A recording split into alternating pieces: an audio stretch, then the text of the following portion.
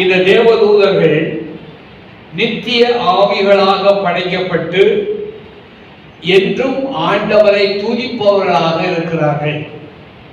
நித்திய ஆவிகளாக படைக்கப்பட்டு என்றும் ஆண்டவரை துதிக்கிறவர்கள். உலகம் உருவாவதற்கு முன்பாகவே, இந்த உலகம் உருவாகிறதுக்கு முன்பாகவே தூதர்கள் படைக்கப்பட்டு விட்டனர்.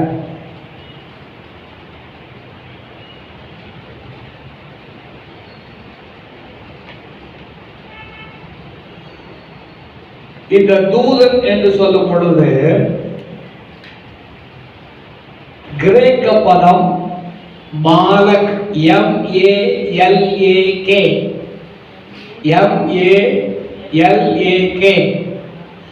மாலக் எபிரேய பதம். தூதன் என்பது எபிரேய பதம் மாலக். கிரேக்க பதம் ஏஞ்சலோஸ், ANGELOS,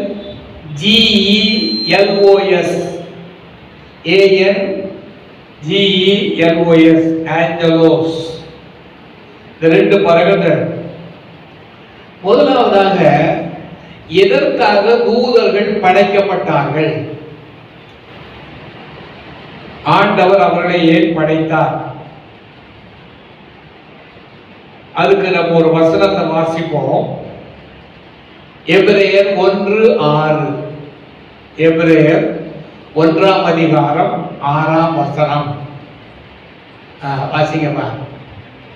மேலும் தமது முதற் பேரானவரை உலகத்தில் பிரவேசிக்க செய்தபோது தேவதூதர் யாவரும் அவரை தொழுதுகொள்ள கடவர்கள் என்றார்.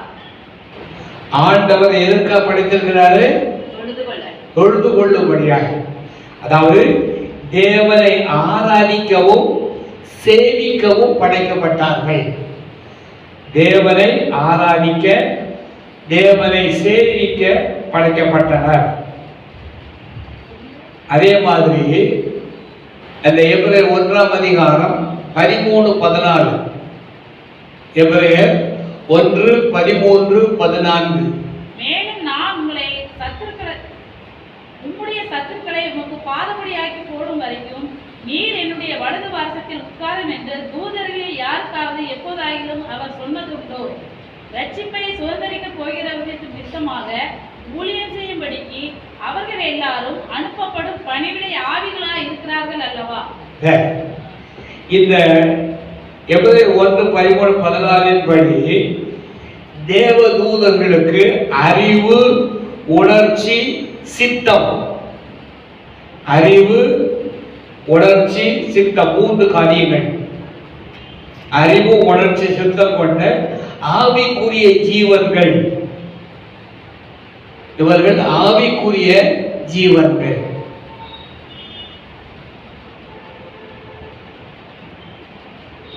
நாம இன்னொரு வகையா சொன்னா, தேவதூதர் பரலோக செய்தியாளர்கள். இப்ப பூலோக செய்தியாளர் சொல்ற மாதிரி பரலோக செய்தியாளர்கள்.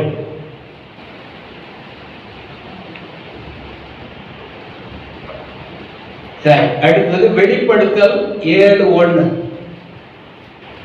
வெளிப்படுத்தல் 7ஆம் அதிகாரம் 1ஆம் வசனம். வெளிப்படுத்தல் 7:1. இவைகளுக்கு பின்பு பூமியின் 4 திசைகளிலும் 4 தூதர்கள் என்று பூமி மேலாவது சமுத்திரத்தின் மேலாவது ஒரு மரத்தின் மேலாவது காற்று அடியாதபடிக்கு பூமியின் 4 காற்றுகளையும் பிடித்திருக்க கண்டேன். அதாவது அதனுடைய அர்த்தம் என்னன்னா, வல்லமை உடையவர்கள். தேவதூதர்கள் வல்லமை உடையவர்கள். அது ஆங்கிலத்தில் ஓவர் பவர்ஃபுல், அதிகமான வல்லமை உடையவர்கள். அடுத்தது தேவதூதருடைய ஒரு குணம் என்னவென்றால், தேவதூதர்கள் மரிப்பது இல்லை. மனிதனைப் போல, மிருகங்களைப் போல தேவதூதர்கள் மரிப்பது இல்லை.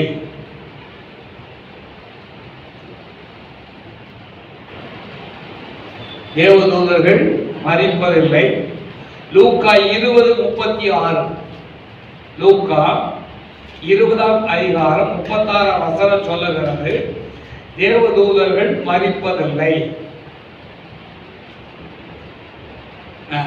அவர்கள் இனி மரிக்க மாட்டார்கள், அவர்கள் உயிர்த்தெழுதலின் பிள்ளைகளானபடியால் தேவதூதருக்கு ஒப்பானவர்களுமாய் தேவனுக்கு பிள்ளைகளுமாய் இருப்பார்கள்.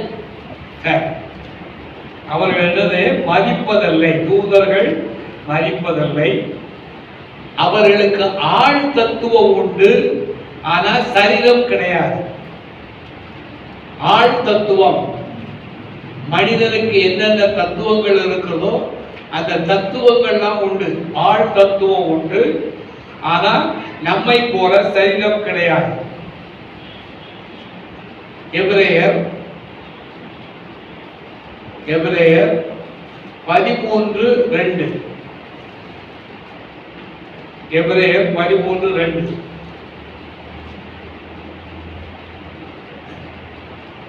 அந்நியரை உபசரிக்க மறவாதீர்கள், அதனாலே சிலர் அறியாமல் தேவதூதரை உபசரித்ததுண்டு. இவர்கள் அந்த வசனத்தின்படி உணர்ச்சியை காட்டக்கூடியவர்கள். எப்படி உணர்ச்சி என்று நாம் பார்க்கலாம். இவர்கள் உணர்ச்சியை காட்டக்கூடியவர்கள். யாக்கோபு 2ஆம் அதிகாரம் 19ஆம் வசனம். யாக்கோபு 2ஆம் அதிகாரம் 19ஆம் வசனம். தேவன் ஒருவர் உண்டென்று விசுவாசிக்கிறாய், அப்படி செய்கிறது நல்லதுதான், பிசாசுகளும் விசுவாசித்து நடுகின்றன.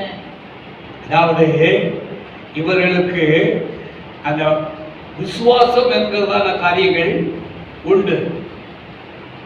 அதே போலதான் நமக்கு வசனங்களை நம்ம சரியா ஆராய்ந்தால் வெளிப்படுத்தல் 12:17, வெளிப்படுத்தல் 12:17.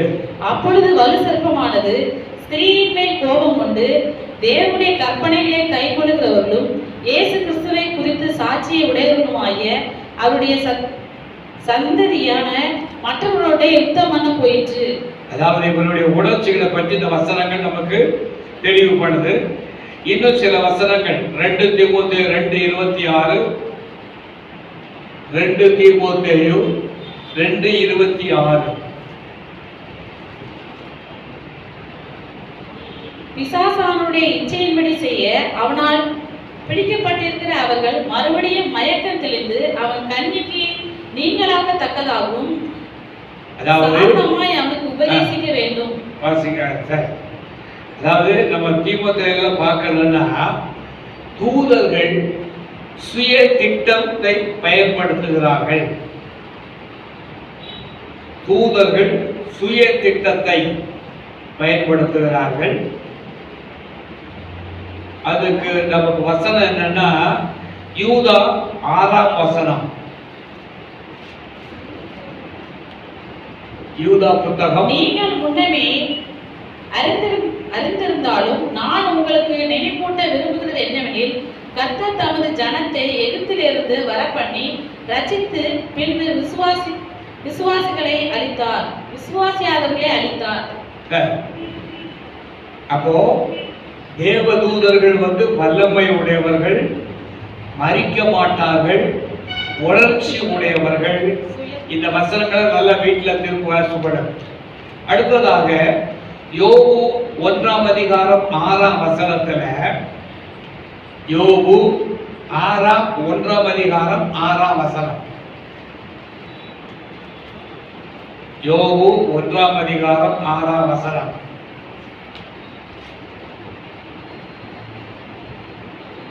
ஒரு நாள் தேவபுத்திரர் கர்த்தருடைய சந்ததியில் வந்து நின்ற போது சாத்தானும் அவருக்கு நடுவிலே வந்து நின்றான். தேவ தூதர்கள், அவர்களுக்கு பேர் தேவபுத்திரர் என்ற பெயர் கொடுக்கப்பட்டிருக்கிறது. தேவ தூதர்களுக்கு தேவ புத்திரர்கள். நம்ம மனுஷன் நினைச்சிடக்கூடாது, தேவ புத்திரர்களே மனுஷன் நினைச்சிடக்கூடாது. தேவ தூதர்களுக்கு தேவ புத்திரர் என்ற வேதாகமம் அங்கே அழைக்கிறார். சங்கீதம் 8:5 எடுத்துக்கொள்ளுங்க. சங்கீதம் 8:5.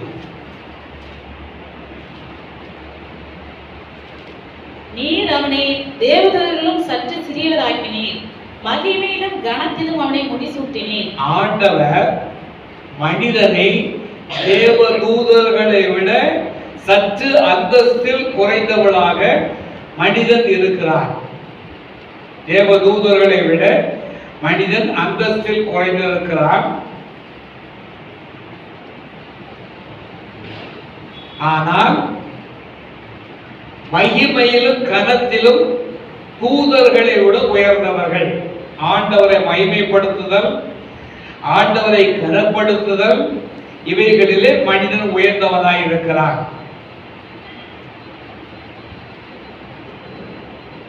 தேவனை மகிமையிலும் கனத்திலும் தூதர்களை விட உயர்ந்தவனாக நாம இருக்கிறோம். மகிமைப்படுத்துறதுல, கனப்படுத்துகிறதுல.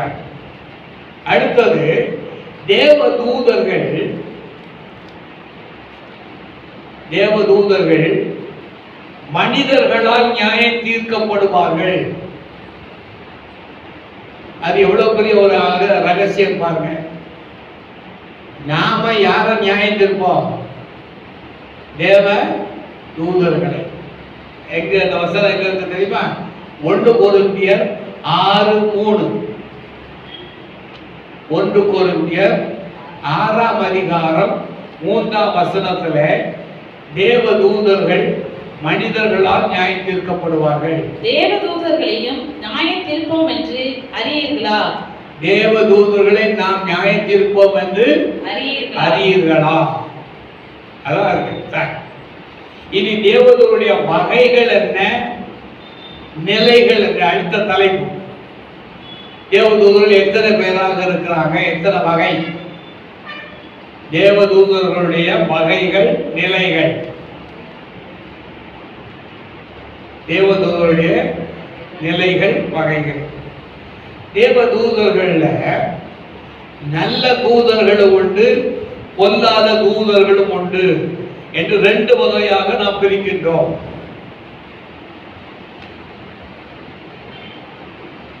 நல்ல தூதர்கள், பொல்லாத தூதர்கள். சரி, இனி அந்த வகைகள் போட்டுக்கோங்க. தேவதூதர்கள் உள்ள வகைகள். 1, துரைத்தனங்கள்.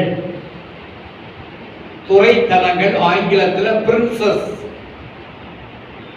துரைத்தனங்கள் ஆங்கிலத்தில் பிரின்சஸ்.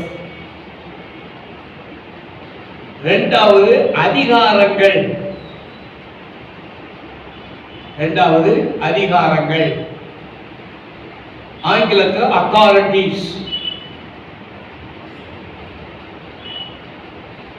இப்போ இவர்கள் துரைத்தனங்களோடும் அதிகாரங்களோடும் செயல்படுகிறார்கள் என்று எபேசியர் 3:10 சொல்லப்படுகிறார். எபேசியர் 3ஆம் அதிகாரம் 10ஆம் வசனம்.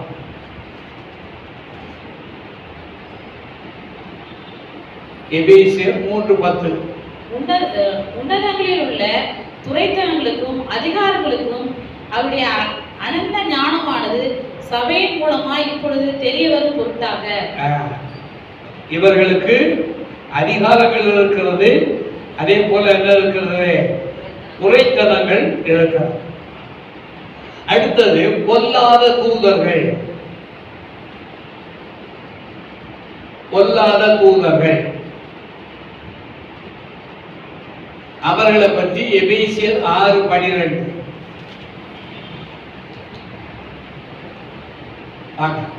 நான் கூட்டத்துக்கு போயிட்டீங்கன்னு பார்த்தேன். ஏனெனில் மாம்சத்தோடும் இரத்தத்தோடும் அல்ல, துரைத்தனங்களோடும் அதிகாரங்களோடும் இப்பிரபஞ்சத்தின் அந்தகார லோகாதிபதிகளோடும் வான மண்டலங்களில் பொல்லாத ஆவிகளின் சேனைகளோடும் நமக்கு போராட்டம் உண்டு. நமக்கு என்னென்ன வகையான தூதர்களோடு போராட்டம் உண்டு. அது ரொம்ப அருமையா எபேசியர் 6:12 தெளிவா சொல்லப்படுறாங்க. சரியா? திரும்ப வாசிக்கப்பா. ஏனெனில் மாம்சத்தோடும் இரத்தத்தோடும் அல்ல, துரைத்தனங்களோடும் அதிகாரங்களோடும் இப்பிரபஞ்சத்தின் அந்தகார லோகாதிபதிகளோடும் வானமண்டலில் உள்ள பொல்லாத ஆவியின் சேனைகளோடும் நமக்கு போராட்டம். நமக்கு 4 விதமான எதிரிகள். நமக்கு மனிதர்களுக்கு 4 விதமான எதிரிகள். இதை பற்றி எபேசியர் 6:12 நம்ம பார்க்கணும். அடுத்தது ஆர்க் ஏஞ்சல், பிரதான தூதன்.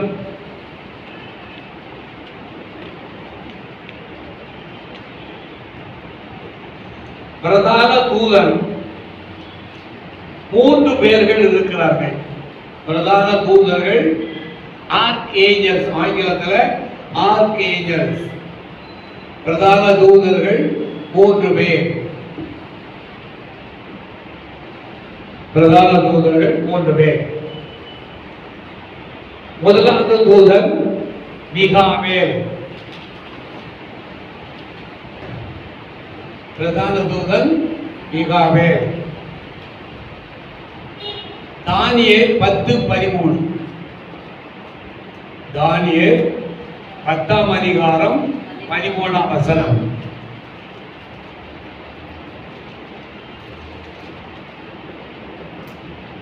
பெர்சிய ராஜ்யாவின் அதிபதி 21 நாள் மட்டும் என்னோடு எதிர்த்து நின்றார்.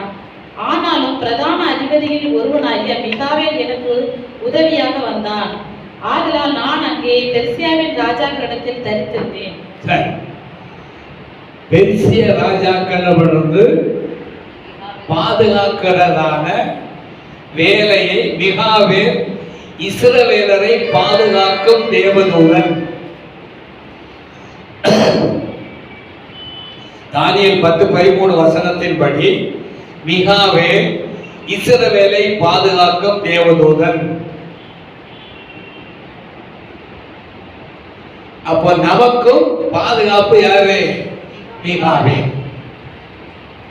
அடுத்தது இதே மிகாவேல் வழி நடத்தும் தலைவராக உள்ளார். வழி நடத்தும் தலைவர். யுத்தம் செய்கிற தலைவராகவும் உள்ளார் மிகாவேல். 3 வேலை. ஒன்று வந்து பாதுகாக்கிறார்கள், வழி நடத்துகிறார்கள், அடுத்தது யுத்தம் செய்கிறார்கள். இது முதல். 2வது தூதன் காபிரியேல். 2வது தூதன் காபிரியேல் மிக சிறப்பான தூதன். காபிரியேல் மிகவும் சிறப்பான தூதன்.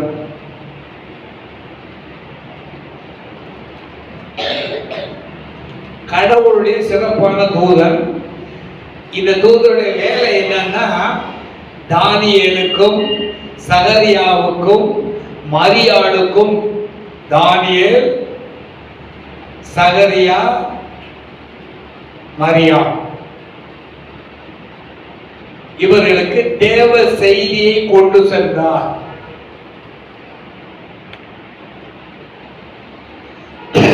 இவர் தேவ செய்தியை தானியேல், சகரியா, மரியா.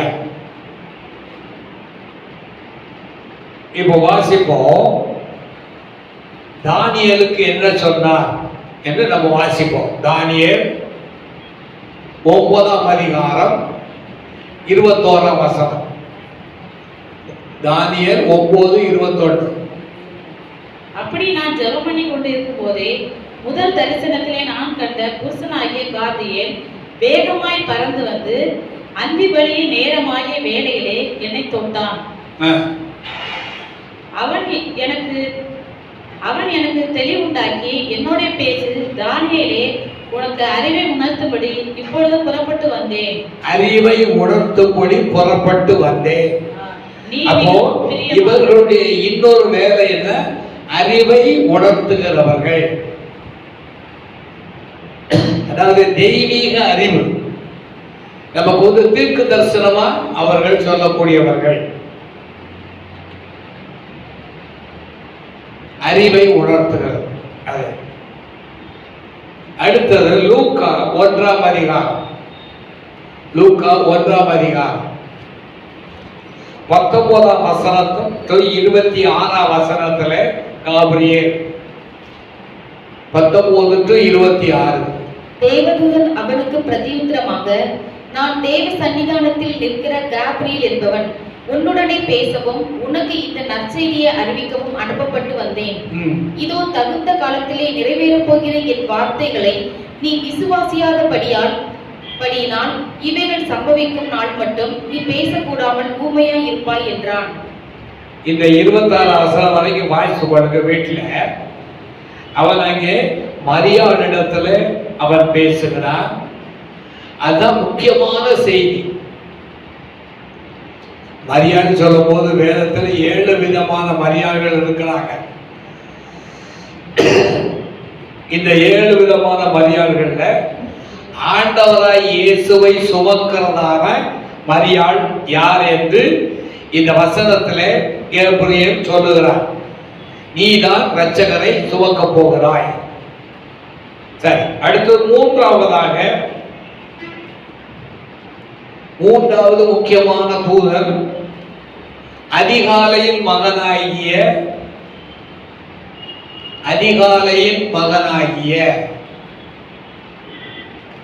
விடிவெள்ளி என்கின்ற யாரு? லூசிபர். அதிகாலை மகனாகிய விடிவெள்ளி என்கிற லூசிபர். இது ரொம்ப விசேஷம் என்ன தெரியுமா? இந்த லூசிபர் பயில பத்த மட்டும் ரொம்ப விசேஷம். அழகில், அந்தஸ்தில், அகத்தையில் அதிகம் கொண்டவன். 3 காரியம்: அழகு, அந்தஸ்து, அடுத்தது என்னது? அகத்தை, பெருமை.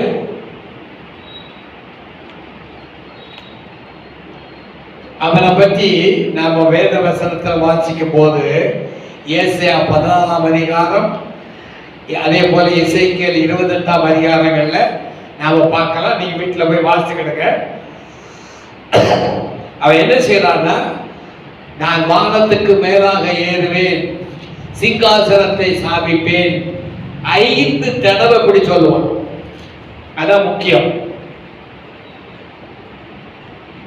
ஆண்டவருக்கு மேலாக தேவனுடைய சிங்காசனத்தை விட இவர் உயரத்தில் அமர எண்ணினார்.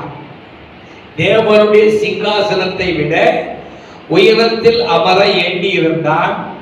அவன் பெருமையினாலே கீழே தள்ளப்பட்டான், சாத்தானாக மாறினான். இப்ப அவனுடைய வேலை என்ன தெரியுமா? சாத்தானுடைய வேலை என்ன? வேதவசனம் என்ன சொல்லுது?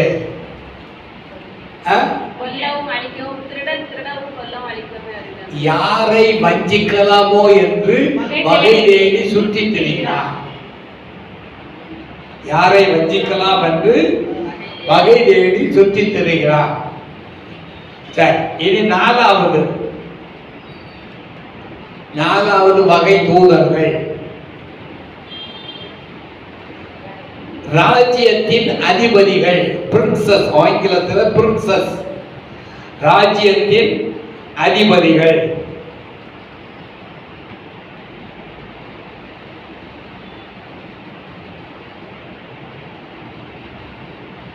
ராஜ்யத்தின் அதிபதிகள். வேதத்தை திருப்பிக் கொள்ளுங்க. தானியேல் 10:13. தானியேல் 10ஆம் அதிகாரம் 13ஆம் வசனம்.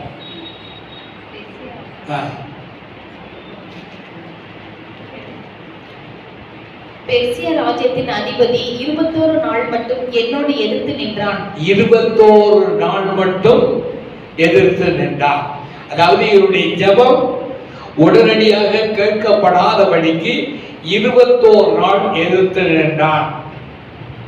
அப்போ மனிதனோடு ஆவிக்குரிய யுத்தம் செய்வார்கள்.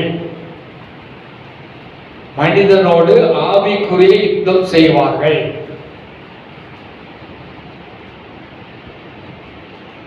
ஆவிக்குரிய காரியங்கள்ல 21 நாள் அவனுக்கு ஜெபம் கேட்கப்படாதபடி அவன் தடை செய்தான். இந்த அது பிரின்சஸ் என்று சொல்லக்கூடிய இந்த தூதர்கள் அரசாங்கத்தோடும் அதிபதிகளோடும் இவர்களுக்கு தொடர்பு உண்டு. அரசாங்கம், அதிபதிகள்,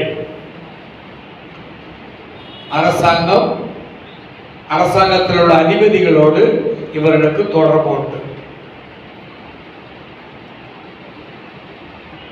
இப்ப நம்ம சொல்ல போனா கட்சி, கழுதை, குதிரை எல்லாம் இருக்குல்ல, இந்த குதிரைகள் எல்லாம் யாருக்கு வருது? இந்த பிரின்சஸ் தான் வருது. சரி, அடுத்த 5வது கேருபீன்கள்.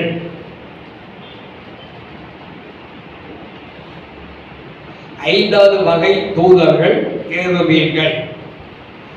இந்த கேருபீன்கள் சொன்ன உடனே நமக்கு எது ஞாபகம் வருது?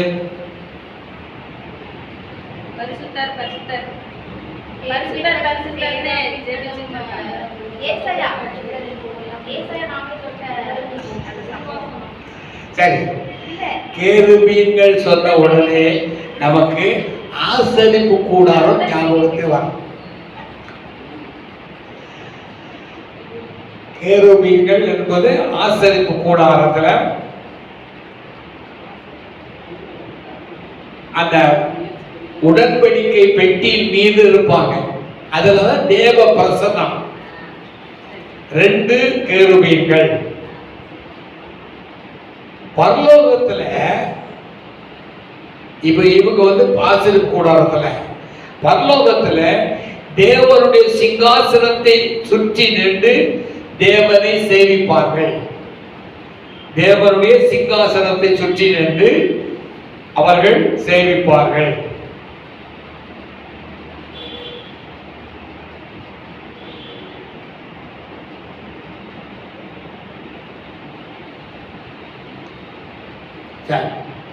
இந்த கேருபீன்கள் பற்றி ஆதியாகமம், கேருபீன்கள் பற்றி ஆதியாகமம் 3ஆம் அதிகாரம் 23, 24.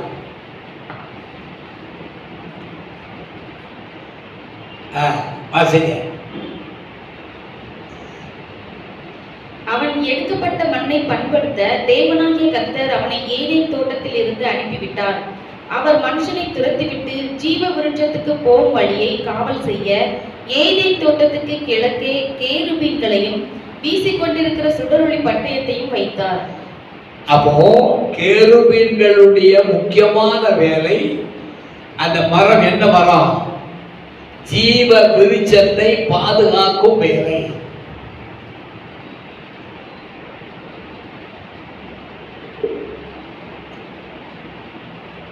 ஜீவ விருட்சத்தை பாதுகாக்க வேலை. இதுல ஒரு விசேஷம் என்னன்னா, லூசிபர் கேருபீனாகத்தான் இருந்தான். லூசிபர் கேருபீனாக இருந்தான். ஆனால் அவன் தன்னுடைய பெருமையினாலே விழுந்து விட்டான். அது ஏசாயா 14 பார்க்கிறோம், எசேக்கியேல் 28 பார்க்கிறோம். சரி, அடுத்த 6வது சேராபீன்கள். 6வது சேராபீன்கள். தேவனுடைய சிங்காசனத்தை சுற்றி அவரை தொழுது கொள்ளுகிறவர்கள். தேவனுடைய சிம்மாசனத்தம் அல்லது சிங்காசனம் சூழ நின்று தொழுது கொள்ளுகிறவர்கள்.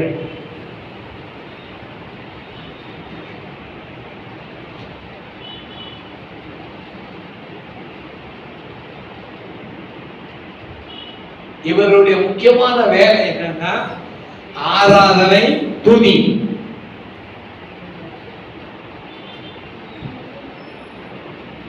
ஆராதனை, துதி.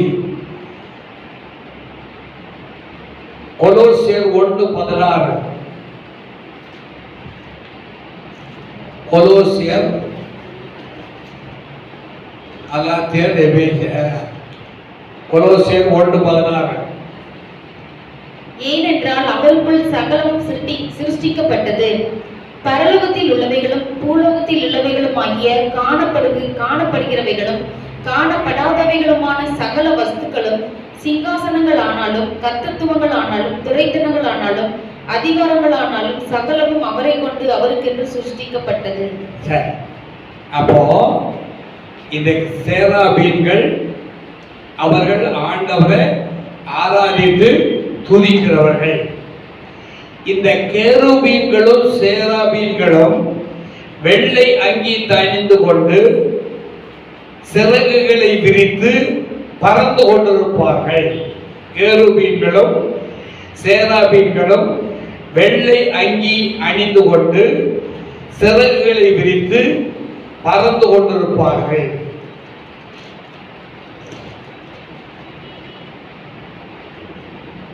கேருபீன், சேராபீன். அடுத்தது 7வதாக ஆளுகை செய்யும் தூதர்கள்.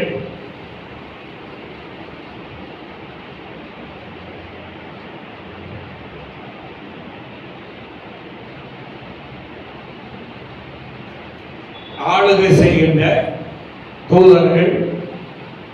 இந்த ஆளுகை செய்கிறதுல நல்ல ஆவிகளும் பொல்லாத ஆவிகளும் இருக்கிறது. ஆளுகை செய்கிற தூதர்கள்ல நல்ல ஆவிகள், பொல்லாத ஆவிகள். இதை பற்றி வசனங்க மாத்திரம் சொல்றேன், எழுதி கொள்ளுங்க, வீட்டில் போய் வாசிக்கிடுங்க. ஆளுகை செய்யும் தூதர்கள் எபேசியர் 3:10, எபேசியர் 3:10, ரோமர் 8:38-39, ரோமர் 8:38-39, எபேசியர் 6:12, கொலோசியர் 1:16. இது 7வது வகை. 8வது வகை சிறப்பாக பணிபுரியும் தூதர்கள். சிறப்பாக பணிபுரியும் தூதர்கள். சிறப்பாக பணிபுரியும் இவங்க என்னன்னா விசேஷ பொறுப்பு, விசேஷ பொறுப்பு உள்ளவர்கள். இவர்களுக்கு விசேஷமான வேலை. உதாரணமாக ஆதியாகமம் 3:24 படி, ஆதியாகமம் 3:24 படி நம்ம ஏற்கனவே வாசித்தோம். ஆதியாகமம் 3:24 படி ஜீவ விருட்சத்தை காக்கும் தூதர்கள். ஆதியாகமம் 3:24 ஜீவ விருட்சத்தை காக்கும் தூதர்கள். ஜீவ விருட்சத்தை காக்கும் தூதர்கள்.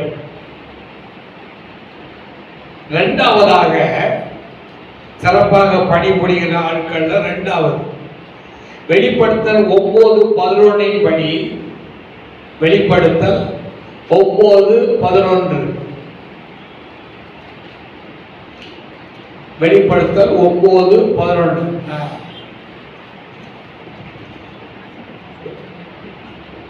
அவைகளுக்கு ஒரு ராஜா உண்டு, அவன் பாதாளத்தின் தூதன்.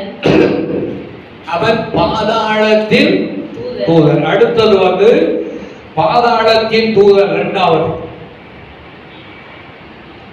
வெளிப்படுத்தல் 9:11 பாதாளத்தின் தூதன்.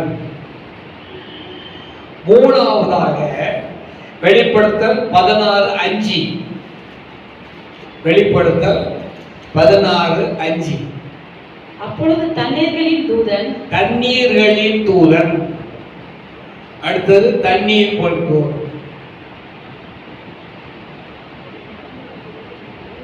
அடுத்தது ஒரு முக்கியமான தூதன் யாருன்னு சொன்னா வெளிப்படுத்தல் 20:1, வெளிப்படுத்தல் 20ஆம் அதிகாரம் 1ஆம் வசனம். பின்பு நான் புதிய வானத்தையும் புதிய பூமியையும் கண்டேன்.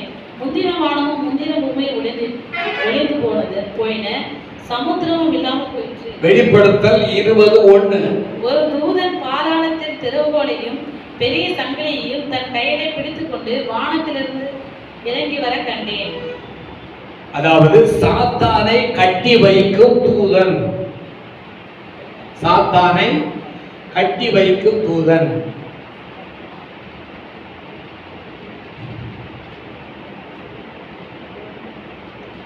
இது 8வது காரியம். நம்ம எழுதிக்கிறதுல 8வது காரியம் சிறப்பாக பணிபுரிதல். 9வதாக தேவதூதர்களுடைய வேலை ஊழியங்கள்.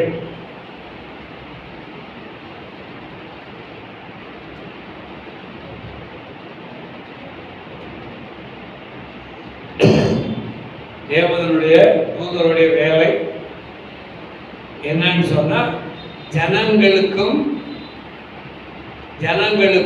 பணிவிடை செய்தல்.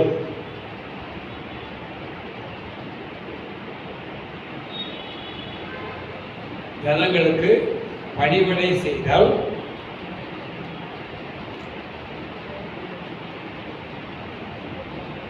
அடுத்தது தேவனை ஆராதித்தல், துதித்தல். தேவனை ஆராதித்தல், துதித்தல்.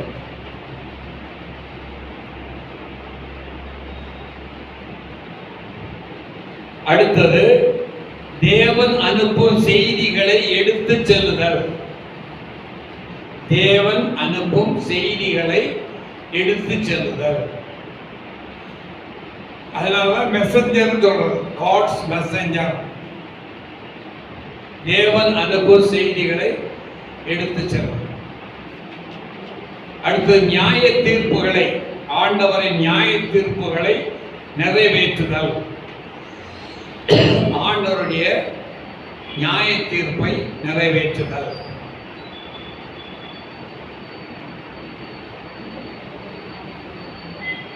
ஆண்டவருடைய நியாய தீர்ப்பை நிறைவேற்றுதல். அடுத்தது தேவ வெளிப்பாடுகளை கொண்டு செல்லுதல்.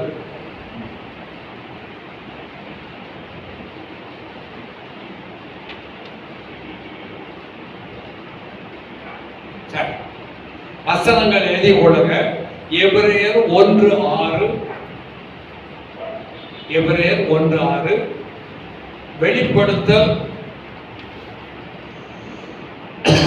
எபிரேயர் 1:6. வெளிப்படுத்தல் 22:9. சங்கீதம் 148:2.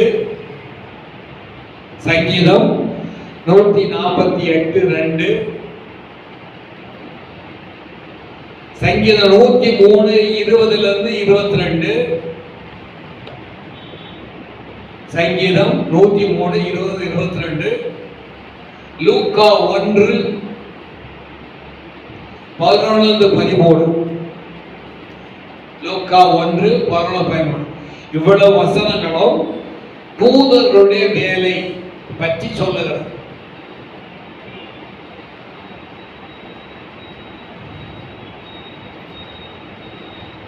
அடுத்தது வசனங்கள் எழுதிட்டீங்களா? சரி. கிறிஸ்துவுக்கு தேவதூதர்களுடைய பணிவிடை. தேவதூதர்கள் கிறிஸ்துவுக்கு அவர்கள் பணிவிடை செய்கிறார்கள்.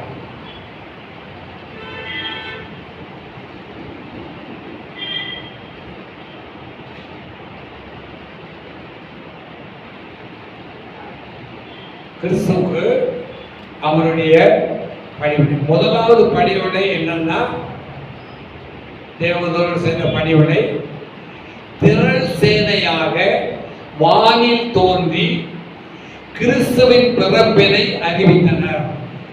திரள் சேனையாக வானில் தோன்றி கிறிஸ்துவின் பிறப்பினை அறிவித்தனர். யாருக்கு அறிவித்தாங்க? மேய்ப்பர்களுக்கு முதலாவதாக அறிவித்தார்கள்.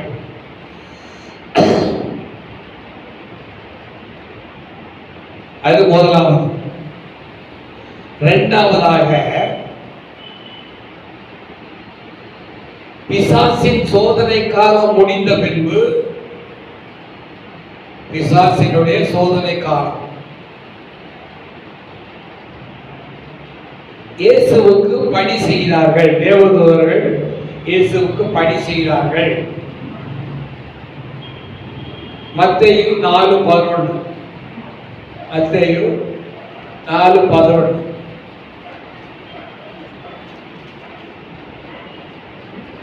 மத்தேயு 4:11.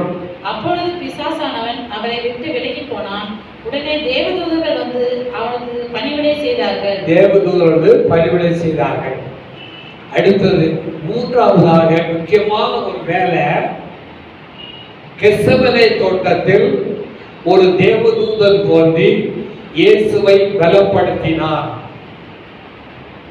அதான் முக்கியம். கெத்செமனே தோட்டத்தில் தேவதூதன் தோன்றி இயேசுவை பலப்படுத்தினார். அதனாலதான் அவருக்கு என்னெல்லாம் வந்தது? என்ன வந்தது? முக்கியமான வேலை என்ன வேலை? அவர் வேர்வை இரத்தமாக துளி துளியாக விழுந்தது. லூக்கா 22:4 வாசிக்கிறோம். லூக்கா 22:4 வாசிங்க. அவன் பிரதான ஆசாரிடத்திலும் சேனை தலைவரிடத்திலும் போய் அவரை காட்டி கொடுக்கும் வகையை குறித்து அவருடைய ஆலோசனை பண்ணினான். அந்த வசனம் பூரா 44ஆம் வசனம் வரைக்கும் தூதர்கள் எப்படி அவர்கள் என்ன செய்தார்கள்? 44 வாசிங்க. அவர் மிகவும் வியாகுலப்பட்டு அதிக ஊக்கத்தோட ஜெபம் பண்ணினார். அவருடைய வேர்வை இரத்தத்தின் பெருந்துளிகளாய் தரையிலே விழுந்தது. அதான் ரொம்ப முக்கியம். அப்பொழுது 22:44. அப்பொழுது வானத்திலிருந்து ஒரு தூதர் தோன்றி அவரை பலப்படுத்தினான். வானத்திலிருந்து ஒரு தேவதூதன் அவரை என்ன செய்தார்? பலப்படுத்தினார். அடுத்தது முக்கியமான வேலை, ஆண்டவராகிய இயேசு உயிர் தெழுந்த பொழுது கல்லறை கல்லை உருட்டி வெளியே தள்ளினார். இன்னைக்கு அந்த அழகான இடம் இருக்குது. நீங்க வந்தீங்கன்னா அந்த ஆண்டவர் வைக்கப்பட்ட இடத்துல உள்ள கல்லு ஒரு பெரிய அருமையான ஆழமான ஒரு இடத்து வழியா போயிருக்கு. பெரிய கல், சாதாரணமாக அதெல்லாம் புரட்ட முடியாது தூதர்கள். அடுத்தது அவர் பரமேறி போகும் பொழுது தேவதூதர்கள் சாட்சியாக நின்றார்கள். பரமேறி போகும்போது தேவதூதர்கள் சாட்சியாக. அப்போஸ்தலர் 1:10-11 பாருங்க.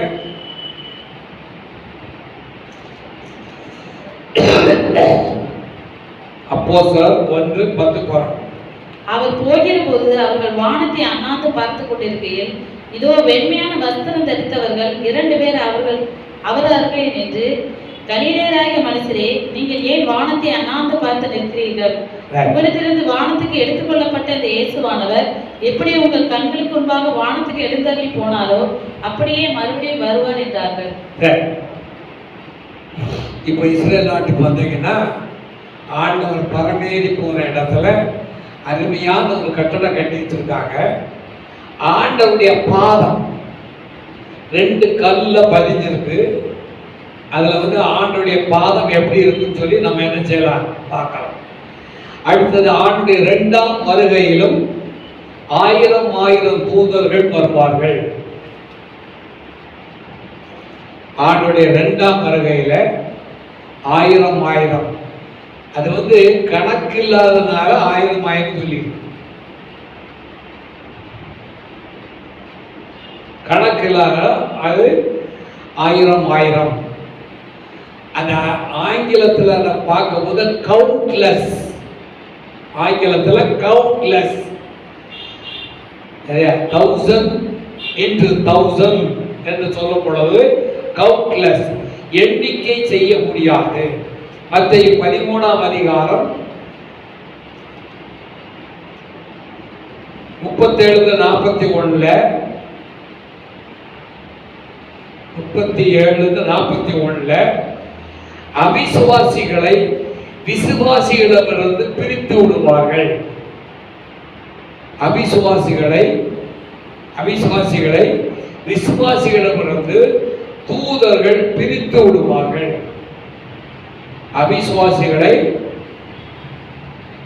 விசுவாசிகளிடமிருந்து தூதர்கள் பிரித்து விடுவார்கள். இது ஆண்டவருக்கு செய்கிறதான காரியம்.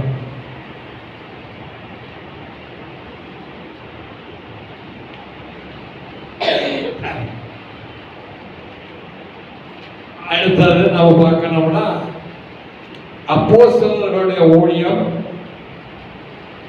அதுல தேவதூதர்கள் என்ன பணி செய்கிறார்கள்? அப்போஸ்தலருடைய ஊழியத்துல தேவதூதர்களின் பணி.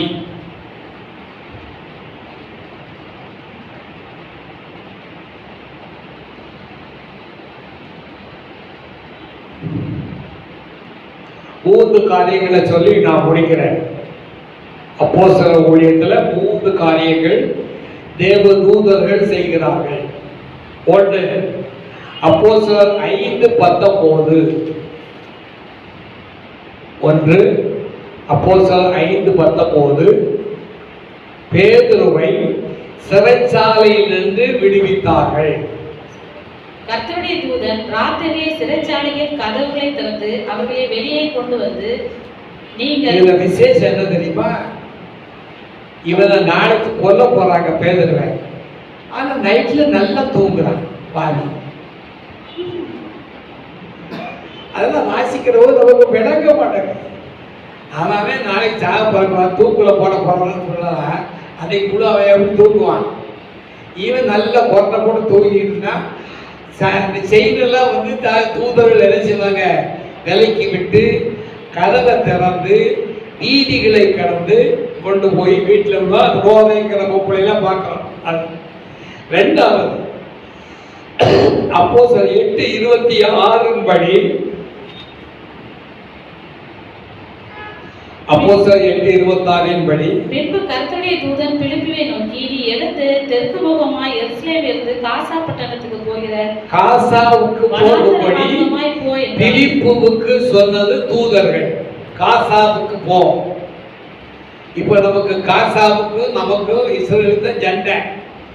கிட்டத்தட்ட 20,000 பாலஸ்தீனர் மட்டு போறாங்கன்னு சொல்றாங்க. நமக்கு தெரியாது, பேப்பர்ல போட்டிருக்கு. காசாவுக்கு போகும்படி பிலிப்புவுக்கு அந்த தூதர்கள் சொல்லுகிறார்கள். மூணாவது, அப்போஸ்தலர் 10:22 படி கொர்நேலியுவுக்கு, அதற்கு அவர்கள், நீதிமானும் தேவனுக்கு பயப்படுகிறவரும் யூத ஜனங்கள் எல்லாராலும் நல்லவன் என்று சாட்சி பெற்றவனுமாய கொர்நேலியு என்னும் 160 உம்மை தம்முடைய வீட்டுக்கு அழைப்பித்து உம்மால் சொல்லப்படும் வார்த்தைகளை கேட்கும்படி பரிசுத்த தூதனாலே தேவ எத்தனம் கட்டளை பெற்றார் என்றார்கள். இந்த கொர்நேலியு வீட்டில்தான் முதலாவதாக பிரஜாதியாருக்கு பரிசுத்த ஆவியானவர் இறங்கி அபிஷேகம் பண்ணுகிறார். அந்த கொர்நேலியு வீட்டில் ஆரம்பமாகுது. அதுக்கப்புறம் நடக்குது. கொர்நேலியுவுக்கு வேதத்தின் வார்த்தைகளை கேட்கும்படியாக தூதர்கள் செய்தி கொடுக்கிறாங்க. சரியா? சரி, இனி எழுதி கொண்டு போதா இன்னும் ஒரு 3 பக்கத்துக்கு எழுத முடியாது. தலைக்கு மாத்திரம் போட்டுக்கிடுங்க.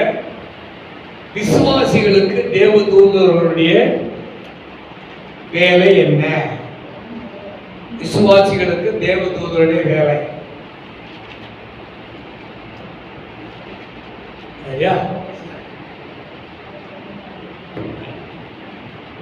ஆண்டவராகிய இயேசுவே ஸ்தோத்திரம்.